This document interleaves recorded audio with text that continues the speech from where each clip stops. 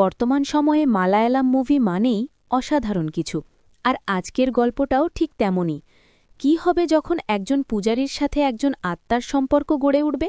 তার জীবন কিভাবে পরিবর্তন হতে শুরু করবে, তার সবটাই আমরা জানতে পারব সম্প্রতি মুক্তিপ্রাপ্ত মালায়ালাম মুভি সার্ভাম মায়াতে, যেই গল্প তোমাদের অসাধারণ লাগবে। যেই মুভির IMDb রেটিং রয়েছে 7.8 আউট অফ 10 এবং 94% গুগল ইউজাররা মুভিটিকে পছন্দ করেছে। তাই মুভি সম্পর্কে আর কিছু না বলে সোজা গল্প শুরু করি। মুভি শুরু হয় একটি ইভেন্টে পার্টিসিপেট করতে আসা মিউজিক ব্যান্ড দেখিয়ে। এই মিউজিক ব্যান্ডটি আগামীতে ইউরোপে একটি শো করবে। টিম ম্যানেজার সাজি দেখতে পায় টিম মেম্বার 15 জনের মধ্যে 14 জনের ইউরোপের ভিসা হয়েছে, বাকি একজনের ভিসা এখনও হয়নি। সাজি চেক করে দেখতে পায় প্রবীন্দু, যে এই ব্যান্ডের ইলেকট্রিক গিটারিস্ট, তার ভিসা রিজেক্ট হয়েছে। সাজি বুঝে উঠতে পারে না সে এই কথাটা কি করে প্রবীন্দুকে জানাবে। শো শেষে সবাই বাড়ি ফেরার সময় সাজি প্রবীন্দুর সাথে কথা বলতে আসে। সে দেখতে পায় প্রবীন্দু ইউরোপ ট্রিপের জন্য অনলাইনে শপিং করছে, এমনকি সে তার অ্যাপার্টমেন্টটাও ছেড়ে দিয়েছে 2 মাসের ভাড়া বাঁচানোর জন্য। তখনই সাজি দেরি না করে বলে ফেলে, তোমার ভিসা ক্যান্সেল হয়েছে, তুমি ট্রিপে আমাদের সাথে যাচ্ছ না। প্রবীন্দু অবাক হয়ে যায়। সাজি জানায় ইনভেস্টর তাকে মেসেজ করে জানিয়েছে এই শোয়ের বাজেটের জন্য তারা ইলেকট্রিক গিটারিস্টকে হায়ার করতে পারছে না। সাজি প্রবীন্দুকে বুঝিয়ে বলে, দেখো, এটা তোমার ভালোর জন্য হতে পারে, হয়তো তোমার জন্য বড় কিছু অপেক্ষা করছে। প্রবীন্দু বলে, এই 2 মাস এখন আমি কি করব? না থাকার জায়গা আছে আর না খাওয়ার জন্য কোনো টাকা, বেকার বসে থাকতে হবে আমায়। সাজি বলে, এমন করে কেন বলছো? তুমি এত ভালো ফ্যামিলি থেকে বিলং করো, তোমার বাবা বড় ভাই এত বড় পূজারী, তাদের ইনকামের কাছে এই ট্রিপটা কিছুই না। তুমি কি করে এত ভালো একটা প্রফেশন ছেড়ে দিতে পারলে? প্রবীন্দু মিউজিকে আসার পূর্বে তার বাবা এবং বড় ভাইয়ের মতো পূজা পাঠ করত। প্রবীন্দু বলে, যদি কারো বিশ্বাস উঠে গিয়ে সে নাস্তিক হয়ে ওঠে তাহলে সেটা তার পার্সোনাল চয়েস। একজন মিউজিশিয়ান হওয়ার জন্য অনেক কিছু স্যাক্রিফাইস করতে হয়েছে আমাকে। সাজি বলে, আমি তোমার সাথে মতের বিরোধ করছি না, তুমি আমাদের গ্রুপের সবথেকে ট্যালেন্টেড আর্টিস্ট। যেহেতু ট্রিপটা ক্যান্সেল হয়ে গেছে, এটাই উপযুক্ত সময় তোমার বাবার জন্মদিন অ্যাটেন্ড করার। এই সময় তোমার তার এক্সট্রা কেয়ার নেওয়া উচিত।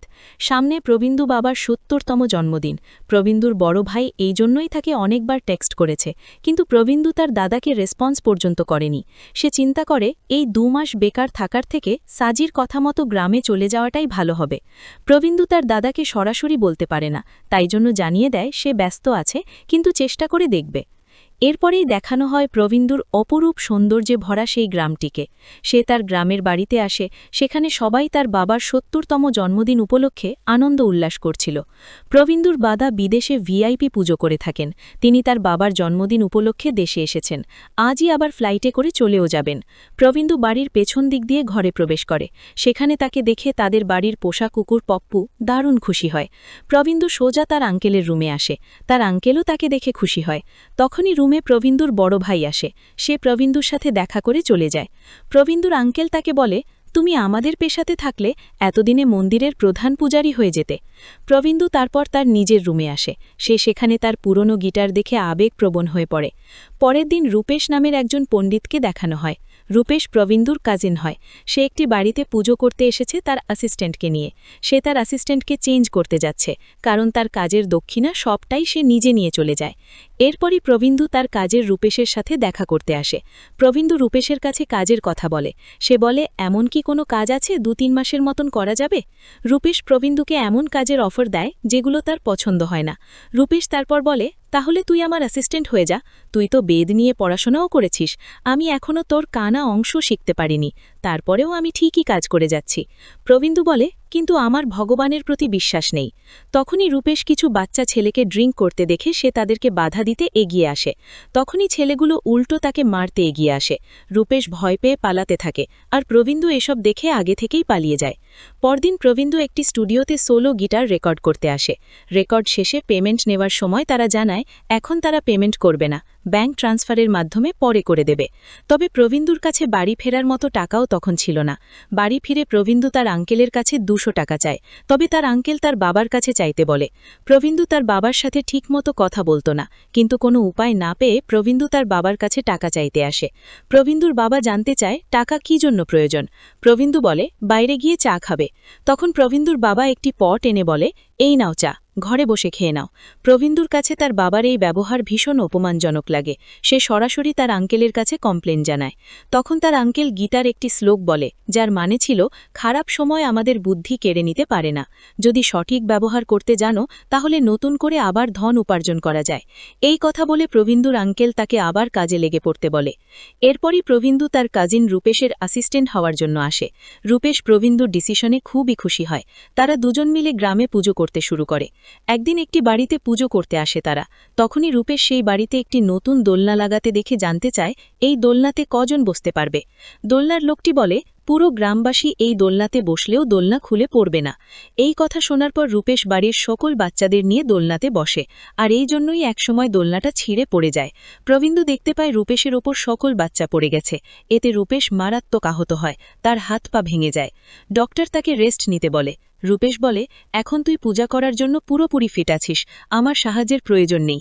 কাল থেকে তুই একাই পুজো করতে যাবি, আর যা ইনকাম হবে আমাদের মধ্যে 50-50 ভাগ হবে। প্রবীন্দু বলে, কেন, কাজ আমি একা করতে যাব, তাহলে 50-50 কেন হবে? রূপেশ বলে, কারণ ক্লায়েন্ট তো আমি জোগাড় করব, তাই না? প্রবীন্দু বলে, ঠিক আছে, তাহলে 60-40 হোক। রূপেশ রাজি হয়ে যায়। এরপর প্রবীন্দু একাই পুজো করতে শুরু করে। কাস্টমার তার পূজাতে বেশ সন্তুষ্ট হয়। সে কথা মতো রূপেশকে তার ইনকামের 40% দিয়ে দেয়। পাশাপাশি সে তার মিউজিক ক্যারিয়ারটাও চালিয়ে যায়। একদিন রূপেশ প্রবীন্দুকে কল করে একটি ভিন্নধর্মী পূজায় যেতে বলে। সে বলে, লয়ারের ছেলে আমাদের অনেক টাকা অফার করেছে, তার ছেলে নাকি অদ্ভুত জিনিস দেখতে পায়, মানে কোনো ছায়া। প্রবীন্দু শুনে বলে, আমি আত্মা ভূতপ্রেত তাড়ানোর কোনো মন্ত্র জানি না। রূপেশ বলে, সেসব আমি তোকে বলে দেব, তুই শুধু বেশি করে ধূপকাঠি জ্বালিয়ে যাবি, যেন মনে হয় পুজো অনেক সুষ্ঠুভাবে পালন হচ্ছে। সেদিন প্রবীন্দুর রেকর্ডিংটা ক্যান্সেল হয়, আর এই জন্যই সে ওই কাজটি করতে রাজি হয়, এটা ভেবে যে কিছু টাকা তো পাওয়া যাবে। পরদিন সন্ধ্যায় প্রবীন্দু সেই বাড়িতে আসে।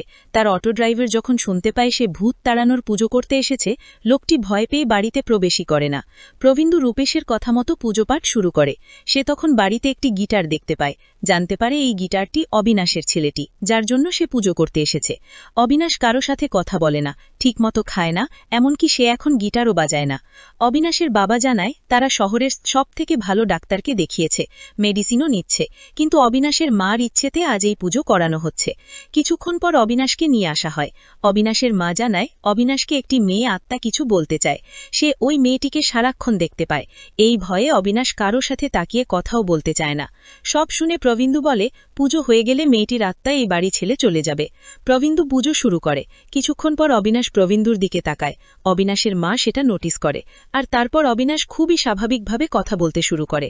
অবিনাশের বাবা ভীষণ খুশি হয়, কিন্তু প্রবীন্দু বুঝতে পারে না এসব কি করে হয়ে গেল। তার নিজের কাজের ওপরেই কোনো বিশ্বাস ছিল না। সবকিছু রূপেশকে শোনালে রূপেশ বলে, আমি যে মন্ত্র তোকে পাঠিয়েছিলাম সেই মন্ত্র পড়াতে আত্মা চলে গেছে, ওই মন্ত্র বিশাল শক্তিশালী। প্রবীন্দু বলে, না, তারা আগে ডাক্তারও দেখিয়েছিল, হয়তো মেডিসিনের প্রতিক্রিয়া এখন কাজ করছে। সকালে প্রবীন্দুর অটো ড্রাইভার কল করে জানতে চায় পুজোর জন্য সে কিরকম মূর্তি নিয়ে আসবে। প্রবীন্দু বলে, সব থেকে ছোটটা।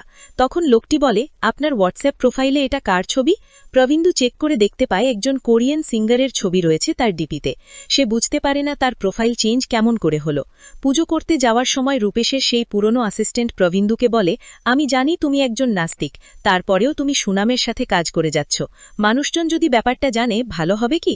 সে প্রবীন্দুকে সোজাসুজি তার মুখ বন্ধ রাখার জন্য প্রতিটা পুজোর থেকে চার্জ ডিমান্ড করে। প্রবীন্দু নিরুপায় হয়, কিছু বলতে পারে না। এই বলেই পুরনো অ্যাসিস্ট্যান্ট বাইক নিয়ে চলে যায়। তবে তখনই তার বাইকের একটি অ্যাক্সিডেন্ট হয়। এই সব কিছু দেখে প্রবীন্দুর ড্রাইভার মনে করে হয়তো প্রবীন্দুর কাছে কোনো অলৌকিক শক্তি রয়েছে, তাই সে সঙ্গে সঙ্গে হাত জোড় করে প্রবীন্দুকে বলে, প্রভু, আমি যদি কখনো ভুল করে থাকি আমাকে ক্ষমা করে দিন। কিছুক্ষণ পর একজন ডেলিভারি ম্যান একটি পার্সেল নিয়ে সেখানে আসে। প্রবীন্দু জানায় সে কিছু অর্ডার করেনি। ডেলিভারি বয় এসে বলে, অ্যাড্রেস আর নাম আপনারই। তখন প্রবীন্দু দেখতে পায় পার্সেলে একটি মেয়েদের কুর্তা রয়েছে। সে একদমই অবাক হয়ে যায়। তার ফোন থেকে মেয়েদের কুর্তা কে অর্ডার করল? এরপর প্রবীন্দু তার ফোন থেকে সমস্ত অ্যাপস ডিলিট করতে শুরু করে। সে তার আঙ্কেলকে জানায় তার ফোন থেকে অটোমেটিকলি প্রোফাইল চেঞ্জ হয়ে যাচ্ছে, ক্রেডিট কার্ড থেকে ড্রেস অর্ডার হচ্ছে। রাতে প্রবীন্দু ফোন সুইচ অফ করে ঘুমিয়ে পড়ে। মাঝরাতে ফোন চেক করতে গিয়ে দেখতে পায় তার ফোনটি মিসিং।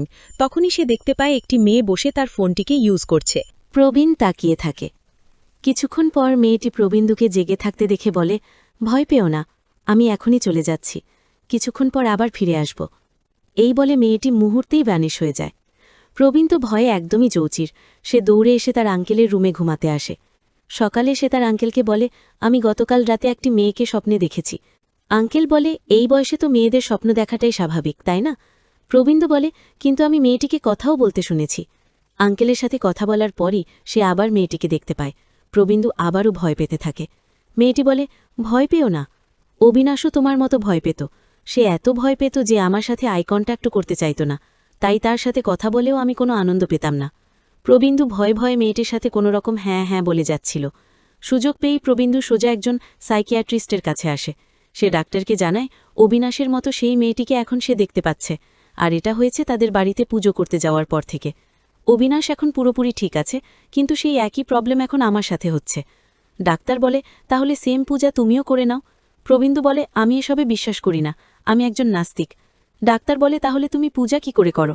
প্রবীন্দু বলে, আমি একজন মিউজিশিয়ান, ফাঁকা সময়ে এই কাজটাকে পেশা হিসেবে নিয়েছি। আমার মা একজন ভালো বীণা বাজাতেন। আমাদের বাড়িতে ছোট একটা মন্দির আছে। একদিন শুদ্ধ হয়ে আমি পূজা করতে মন্দিরে যাই। পূজা শুরু হওয়ার পর হঠাৎই আমি মায়ের আওয়াজ শুনতে পাই। আমি ভেবেছিলাম পুজো শেষ করে মার সাথে কথা বলে আসব, কিন্তু এসে দেখতে পাই মা ফ্লোরে পড়েছিল। সে চিরকালের জন্য আমাকে ছেড়ে চলে গেছিল। সেদিন থেকে ভগবানের প্রতি আমার বিশ্বাস একদমই উঠে গেছে। ডাক্তার বলে, তাহলে তোমার সেই ট্রমা থেকেই এখন হ্যালুসিনেশন হচ্ছে। প্রবীন্দু বলে, এরকম কিছুই না, এটা ভিন্ন ঘটনা। ডাক্তার বলে, তবুও তুমি আগে সেই ট্রমা থেকে বের হয়ে আসো, তারপর এটা ট্রিটমেন্ট করব। বিশ্বাস করো, তুমি সুস্থ আছো। রাতে ডক্টরের মেডিসিন খেয়ে প্রবীন্দু ঘুমোতে আসে। সে তার রুম, বেড, বাথরুম সব চেক করে, কোথাও মেয়েটিকে দেখতে পায় না। তবে আজও মাঝরাতে সে তার ফোনটাকে দেখতে পায় না। উঠে দেখতে পায় সেই মেয়েটি তার ফোন নিয়ে রিলস দেখছে। প্রবীন্দু ভাবতে থাকে সে স্বপ্ন দেখছে নাকি। মেয়েটি বলে, আমি কোনো স্বপ্ন নই, আমি বাস্তব। দাঁড়াও, তোমাকে একটা ডেমো দেখাচ্ছি। আঙ্কেল আবারও ওয়াশরুমে গিয়ে ফ্ল্যাশ দেয়নি, ওনার হয়ে আমি এখন সেটা করে দিচ্ছি। তারপরেই মেয়েটি দাঁড়িয়ে থেকে চুটকি বাজিয়ে টয়লেটের ফ্ল্যাশ অন করে, আর এরপর সে চুটকি বাজিয়ে লাইটও জ্বালাতে চায়, কিন্তু বাল্বটি নষ্ট হয়ে যায়। তখন সেই আওয়াজ শুনতে পেয়ে আঙ্কেল সেখানে আসে, কিন্তু আঙ্কেল মেয়েটিকে দেখতে পায় না। প্রবীন্দু ভয়ে কথা বলতে পারে না, সে শুধু একটাই কথা বলে, কে তুমি? মেয়েটি এক্সাইটেড হয়ে বলে, হয়তো আমি কোনো প্রেতাত্মা। প্রবীন্দু সাথে সাথে ভেতরে ঢুকে তার রুমের দরজা লাগিয়ে দেয়। পরের দিন রূপেশ প্রবীন্দুর বাড়িতে আসে। তাকে পুজোপাঠ করানোর জন্য প্রবীন্দু নিয়ে এসেছে। প্রবীন্দু বলে, আমি মেয়েটিকে ঘরে লক করে রেখেছি, কিন্তু দরজা খোলার পর ভেতরে মেয়েটিকে দেখতে পায় না। তবুও রূপেশ ভেতরে পুজো করে। সে কিছু মন্ত্র পড়ে বলে, আমি আত্মাকে চলে যেতে দেখেছি। কিন্তু রূপেশ চলে যাওয়ার পর প্রবীন্দু মেয়েটিকে আবার দেখতে পায়। মেয়েটি একটু রুড হয়ে বলে, আমি কি তোমার সাথে বাজে কিছু করেছি? আমি জানি না কেন আমি তোমার পেছন পেছন ঘুরছি, এমনকি আমি এটাও জানি না আমি কি করে এমন হলাম। তখন মেয়েটি জিসাসের নাম নেয়। প্রবীন্দু বুঝতে পারে মেয়েটি খ্রিস্টান। সে একটি উপায় খুঁজে পায়। পরের দিন সকালে সে চার্চে একটি ক্রস কিনতে আসে। সেখানেও মেয়েটি তার পিছু নেয়। প্রবীন্দু তখন হরর মুভির মতো একটি ক্রস নিয়ে মেয়েটির সামনে এগোতে থাকে। মেয়েটি ভয় পাওয়ার অ্যাক্টিং করে বলে, তুমি কি বোকা? আমার চারপাশে এত ক্রস রয়েছে, তবু আমি এখানে আসতে পেরেছি। জিসাসের সাথে আমার কোনো প্রবলেম নেই। আমি সত্যিই জানি না আত্মা কি করে হয়ে গেলাম, আমার সাথে কি ঘটেছিল, আমার পরিচয় কি। তখনই প্রবীন্দুর কাছে রেকর্ডিংয়ের জন্য স্টুডিও থেকে একটি কল আসে। স্টুডিও থেকে জানানো হয় তার গীতার রেকর্ডিং শুনে একজন ডিরেক্টর পছন্দ করেছেন, আর এই জন্যই তাকে এখন একটি ভিডিও কলের মাধ্যমে ইন্টারভিউ করা হবে। মেয়েটি প্রবীন্দুকে কংগ্রাচুলেশনস জানায়। এরপর প্রবীন্দু স্টুডিওতে আসে। সে আশেপাশে মেয়েটিকে খুঁজতে থাকে, কিন্তু মেয়েটি স্টুডিওতে ছিল না। প্রবীন্দু ভিডিও কনফারেন্সে গিটার বাজানো শুরু করে, কিন্তু মিউজিক ডিরেক্টরের কাছে তার গিটার বাজানোর টিউনটা পছন্দই হচ্ছিল না। তখন মেয়েটি স্টুডিওতে আসে। মেয়েটি প্রবীন্দুকে ইনস্ট্রাকশন দিয়ে বলে দেয় কিভাবে বাজাতে হবে। প্রবীন্দু অবাক হয়ে সেইভাবেই বাজানো শুরু করে, আর আশ্চর্যজনকভাবে মিউজিক ডিরেক্টরেরও এইবার টিউনটা খুবই পছন্দ হয়। তিনি প্রবীন্দুকে মুম্বাইয়ে ডেকে নেন। প্রবীন্দু দারুণ খুশি হয়, তার স্বপ্ন সত্যি হতে যাচ্ছে। সে মেয়েটির দিকে তাকিয়ে মনে মনে ধন্যবাদ জানায়। আর এরপর থেকেই প্রবীন্দু এবার মেয়েটির সাথে কমফোর্টেবল হতে শুরু করে। তারা একসাথে গল্প করে। মেয়েটি জানায় তার গিটারের কর্ডস সম্পর্কে সব জানা আছে। তখন মেয়েটির মনে পড়ে অবিনাশও গিটার বাজাতে পছন্দ করত, আর প্রবীন্দুও গিটার বাজাতে পছন্দ করে, আর মেয়েটিরও মিউজিক এবং গিটারের কর্ডস সম্পর্কে ভালোই নলেজ রয়েছে। অর্থাৎ এই তিনজনকেই মিউজিক জিনিসটাই কানেক্ট করেছে। প্রবীন্দু তখন মেয়েটির একটি নাম দেয়, ডেলু, মানে ডিলিউশন। প্রবীন্দু বলে, ডেলু, তুমি কি এখন আমার ফোন থেকে অনলাইনে অর্ডার করা বন্ধ করবে? আমার কাছে তেমন টাকা নেই। আচ্ছা, তুমি কি ম্যাজিক করে 500 টাকা বানাতে পারবে? ডেলিউ বলে, তোমাকে কি আমাকে জাদুর কোনো জিনিস মনে হচ্ছে? আমার এত পাওয়ার নেই, তবে ছোটখাটো পাওয়ার আছে। সেদিন যেমন ছেলেটি তোমার সাথে বেয়াদবি করেছিল, তখন আমি তার বাইকের অ্যাক্সিডেন্ট করিয়ে তাকে শায়েস্তা করেছিলাম। প্রবীন্দু সেটা শুনে বলে, তাই নাকি? সেটার পেছনে তোমার হাত ছিল? ডেলিউ বলে, দেখো আমার নিজের সম্পর্কে কিছু মনে নেই, তবে আমার এইটুকু মনে আছে আমি মারা যাওয়ার আগে কেউ একজন আমাকে ইয়েস বলেছিল। প্রবিন্দু তখন বলে, তোমার ভয়েসের মধ্যে ম্যাজিক আছে, যদি তুমি মারা না যেতে তাহলে হয়তো একদিন বড় স্টার হতে পারতে। ডেলিউ মন খারাপ করে বলে, যেহেতু আমি মারা গেছি এখন আর সেই সুযোগটি নেই। ডেলিউ হাঁটতে হাঁটতে প্রবিন্দুকে গান গেয়ে শোনায়, আর প্রবিন্দু ভুলেই যায় সে একটা আত্মার সাথে বন্ধুত্ব করে তুলছে। সে ডেলিউর সাথে সময় কাটাতে পছন্দ করতে শুরু করে, তারা একসাথে সব জায়গায় যেতে শুরু করে। একদিন প্রবিন্দু তার আঙ্কেলের সাথে কথা বলতে আসলে তার রুমে ডেলিউ গিটার বাজাচ্ছিল। প্রবিন্দুর আঙ্কেল বলে, তুই এখানে? তাহলে গিটার কে বাজাচ্ছে? প্রবিন্দু বলে, স্পিকার থেকে আওয়াজ আসছে। এই বলেই প্রবিন্দুর সাথে সাথে নিজের ঘরে এসে ডেলিউকে বলে দেয় বাড়ির মধ্যে এমন কিছু না করতে। সবাই অবাক হয়ে যায়। তখন ডেলিউ বলে, তুমি তোমার বাবার সাথে ঠিকমতো কথা কেন বলো না? প্রবিন্দু বলে, যেদিন মা মারা গিয়েছিল সেদিন মার বডি নিয়ে যাওয়ার সময় পাপ্পু জোরে জোরে বার্ক করছিল, তবে তাকে পেছনে বেঁধে রাখা হয়েছিল। মা পাপ্পুর সবথেকে ফেভারিট ছিল। আমার মনে হয়েছিল শেষবার মাকে দেখার রাইট তারও ছিল। আমি তখন তাকে নিয়ে আসি, আর এতেই বাবা আমাদের দুজনের উপর ভীষণ রেগে যায়। বাবা কুকুর পছন্দ করত না, তিনি আমাদের দুজনকেই রিচুয়াল শেষ হওয়ার পর্যন্ত বাইরে থাকতে বলেছিল। আমি আমার মাকে শেষবারের মতো দেখতে পাইনি, শুধু আমার বাবার জন্য। তারপর থেকেই বাবার সাথে আমার তেমন কথা হতো না। ডেলিউ বলে, কিন্তু এখন তোমার বাবা পাপ্পুকে ভীষণ পছন্দ করে, সবকিছু ঠিক করে নিলেই তো পারো। আমাদের জীবন অনেক ছোট, কারো সাথে অভিমান করে থেকে সেই মূল্যবান সময়টাকে নষ্ট করো না। প্রবিন্দু বুঝতে পারে ডেলিউ ঠিক বলছে। এরপর একদিন প্রবিন্দু ডেলিউকে নিয়ে সেমেটেরিতে আসে। ডেলিলু সেখানে প্রতিটি কবরের নাম দেখে তার নিজের নাম মনে করার চেষ্টা করে, কিন্তু কোনো কাজ হয় না। সন্ধ্যায় প্রবিন্দু ডেলিউকে নিয়ে গ্রামের মেলায় আসে। সে দেখতে পায় প্রবিন্দুর মুম্বাইয়ের টিকিট চলে এসেছে। তখন মন্দিরে যাওয়ার জন্য প্রবিন্দুর দাদা কল করে, কিন্তু প্রবিন্দু কলটা রিসিভ করে না। ডেলিউ বলে, তুমি ভগবানকে কেন বিশ্বাস করো না?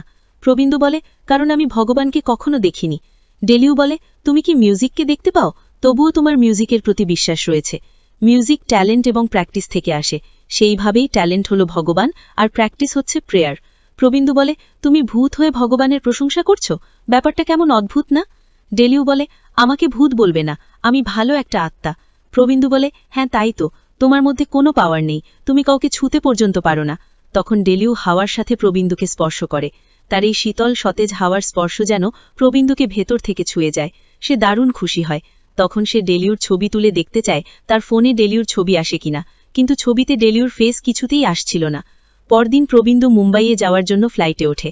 তার সাথে ডেলিউও ফ্লাইটে ওঠে। ডেলিউ প্রবিন্দুর পাশের একটি খালি সিটে বসে। হঠাৎ ডেলিউ প্রবিন্দুর পাশে বসা মেয়েটির শরীরে প্রবেশ করে। ডেলিউ বলে, আমার মনে পড়েছে, আমি ফ্লাইটে ব্যাঙ্গালোরে যাচ্ছিলাম। প্রবিন্দু বলে, আরও কিছু মনে করার চেষ্টা করো, কিন্তু সে আর কিছুই মনে করতে পারছিল না।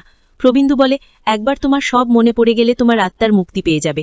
ডেলিউ তখন বলে, আমি চলে গেলে কি তুমি আমাকে মিস করবে না? প্রবিন্দু বলে, তোমার আত্মার মুক্তি পাওয়াটাই বেশি ইম্পর্টেন্ট। এতেই ডেলিউ রাগ করে।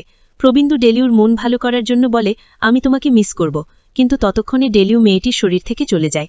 আর এতে মেয়েটির অদ্ভুত রিয়াকশন দেখে প্রবিন্দু খুবই এম্বারাস ফিল করে। অন্যদিকে মুম্বাইয়ে দেখানো হয় একটি মেয়েকে যে খুবই কান্না করছে। এই মেয়েটির নাম সাদিয়া। সাদিয়ার বয়ফ্রেন্ড আসে তার সাথে কথা বলতে, তাদের ব্রেকআপ হয়ে গেছে, তাই তারা তাদের গিফট একে অপরকে ফিরিয়ে দিচ্ছে। সাদিয়া আবারও তার বয়ফ্রেন্ডকে ভালো থাকার কথা বলে কাঁদতে কাঁদতে স্টুডিওতে চলে আসে। আসলে সাদিয়াই প্রবিন্দুকে রেকর্ডিংয়ের জন্য সিলেক্ট করেছিল। সাদিয়া এরপর প্রবিন্দুকে নিয়ে ডেলারে আসে। তখন তার বয়ফ্রেন্ড টেক্সট করলে সাদিয়া কান্নায় ভেঙে পড়ে। ডেরিলু পাশে বসে তার মেসেজগুলোকে চেক করে বুঝতে পারে সাদিয়ার ব্রেকআপ হয়েছে। সে প্রবিন্দুকে সেটা জানায়। প্রবিন্দু সাদিয়ার সাথে কথা বলার চেষ্টা করে, আর সাদিয়া তখন তার ব্রেকআপের কথা প্রবিন্দুর সাথে শেয়ার করে। সাদিয়ার কথা শুনে ডেলিলুর মনে পড়ে সেও কাউকে ভালোবাসত। প্রভেন্দু জানতে চায় সেই ছেলেটির নাম কি ছিল। ডেলিলু বলতে পারে না। তখন ফ্লাইটে সাদেহায়া তার সিটের পাশে প্রভেন্দুকে ডেকে নেয়। ডেলিলু প্রভেন্দুকে সাদেয়ার কাছে যেতে বলে। এদিকে সাদেয়া প্রভেন্দুকে তার কাজিনের প্রি ওয়েডিং প্রোগ্রামে ইনভাইট করে। প্রভেন্দু সেটা ডেলিলুকে জানায়। ডেলু বলে, হয়তো সাদেয়া তোমাকে পছন্দ করতে শুরু করেছে, কারণ তুমি আসলেই একজন ভালো মানুষ। এত তাড়াতাড়ি কেউ কাছে আসলে বিশ্বাস করতে কষ্ট হয়। ডেলু তখন বুঝিয়ে বলে, একটি ভালো সম্পর্ক, ভালো পার্টনার আমাদের জীবনকে আরও সুন্দর করে তোলে। প্রভেন্দু বলে, সবই ঠিক আছে, যাব কি করে? ডেলু বলে, কেন, তোমার বাবার কার নিয়ে যাবে? প্রভেন্দু তার বাবার কাছে কার চাইতে চাচ্ছিল না। তখনই সে পপুর আওয়াজ শুনতে পেয়ে চেক করতে আসে। দেখতে পায় তার বাবা পপুর অনেক যত্ন নিচ্ছে। প্রভেন্দু এটাও নোটিস করে তার বাবা নিজেও অসুস্থ, কিন্তু প্রভেন্দু কখনো তার বাবার দিকে ভালো করে তাকিয়েও দেখেনি। 2 বছর যাবৎ তিনি শ্বাসকষ্টে ভুগছেন। প্রভেন্দু দেখতে পায় তার মায়ের ব্যবহৃত কাপড়গুলো এখনও তার বাবার কাপড়ে রয়েছে। তার বাবা এখনও সেগুলোকে নিয়মিত পরিষ্কার করে যত্ন নেয়।